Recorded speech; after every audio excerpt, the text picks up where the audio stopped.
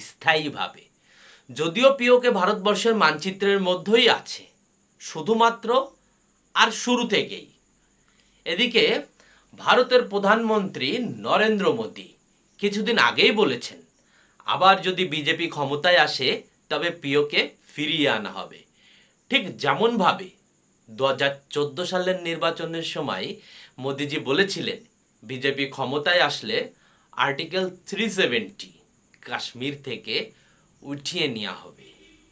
আর তা বিজেপি করেও দেখিয়েছেন। সকল রাজনৈতিক দলের প্ররোচনা আর অপপ্রচার উপেক্ষা করে প্রায় 90% কাশ্মীরির বিরুদ্ধে গিয়ে।